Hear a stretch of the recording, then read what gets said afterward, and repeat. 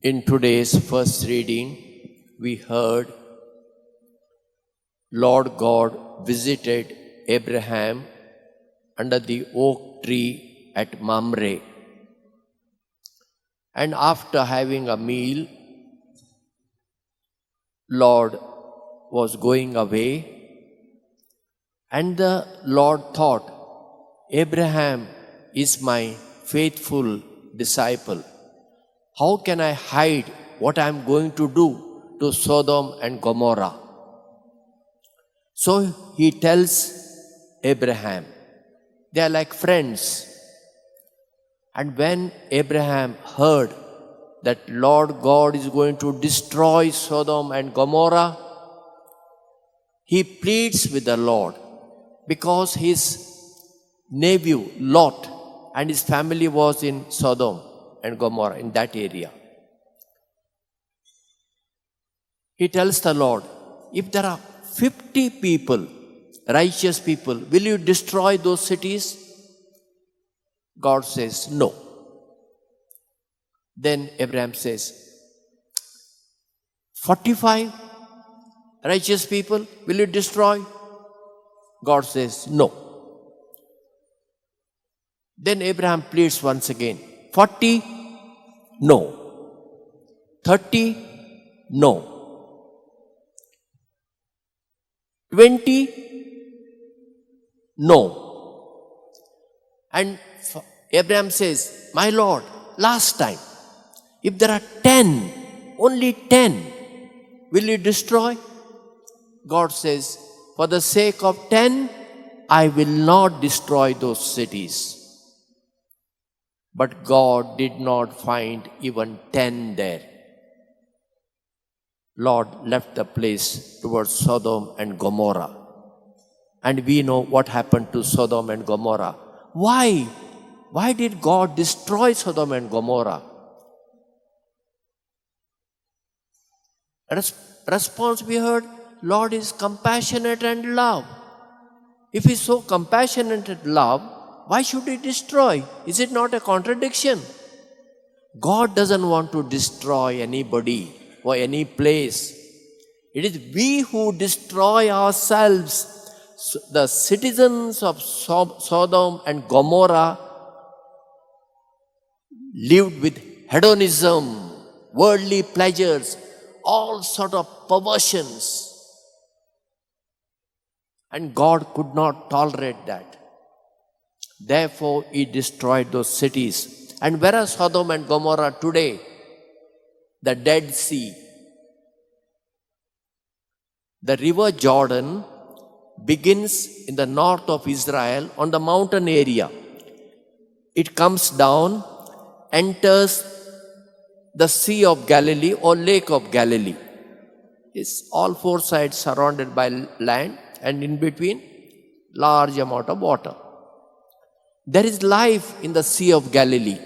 There are fishes around the lake. There are trees and plants.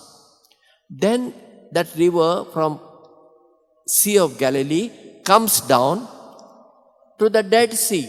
But in the Dead Sea, there is no life. Forget about fishes. If anything thrown in that sea, it floats. Suppose you go there for a swim, you will not get drowned. You can nicely lie down on that water and you can read a book. Because of salinity so high, you cannot get drowned. There is no life in Dead Sea. Therefore, it is called Dead Sea. Now, what is the relevance of Sodom and Gomorrah story for us?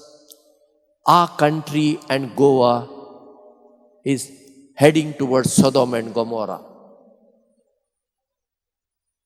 Every day in the papers we read the crime against girls, women.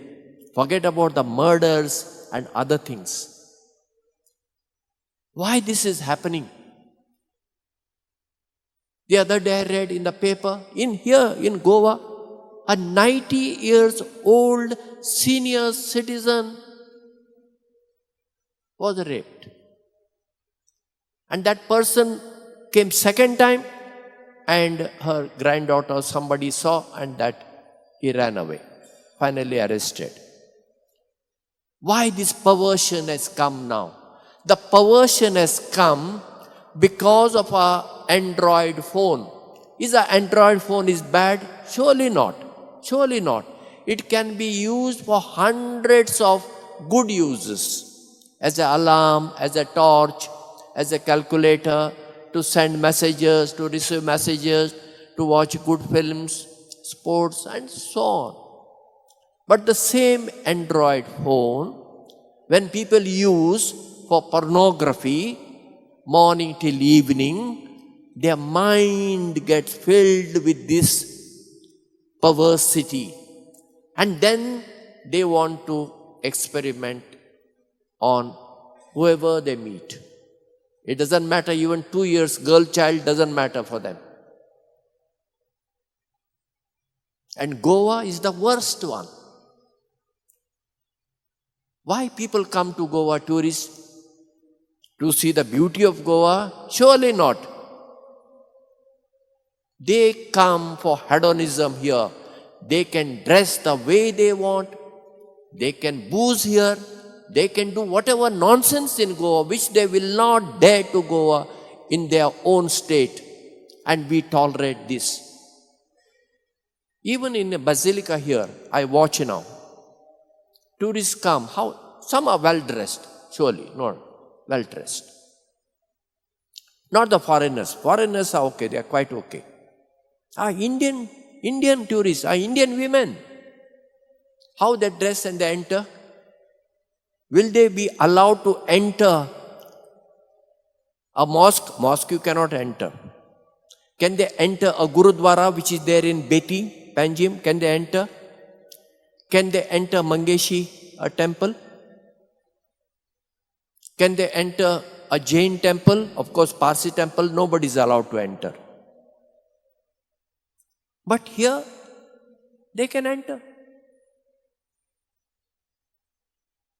The sacredness of this place is lost. Lost, according to me. This is a sacred place.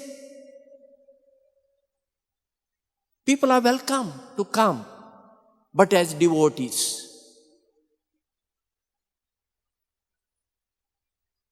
What to say? Less I speak is better. How long God is going to tolerate this nonsense? So what should be our response as Catholics? If there are 10% good Catholics in Goa, God will save Goa. Do you know, scientifically, by end of this century, or surely by the next century, all our coastal lines will be under the sea because of global warming. Panjim, Ribandar, all this will be underwater. Probably the water will enter here also, Bon Jesu, all this will be underwater. Scientifically, you can check. NASA's report from America warning us the global warming. Is that God is doing this? It is we are destroying ourselves. So today's reading is a warning for us. Though Lord is compassionate and love, but there is a limit also He will tolerate. More than that He will not tolerate. So let us pray that we become holy and those 10% righteous people in God's eyes.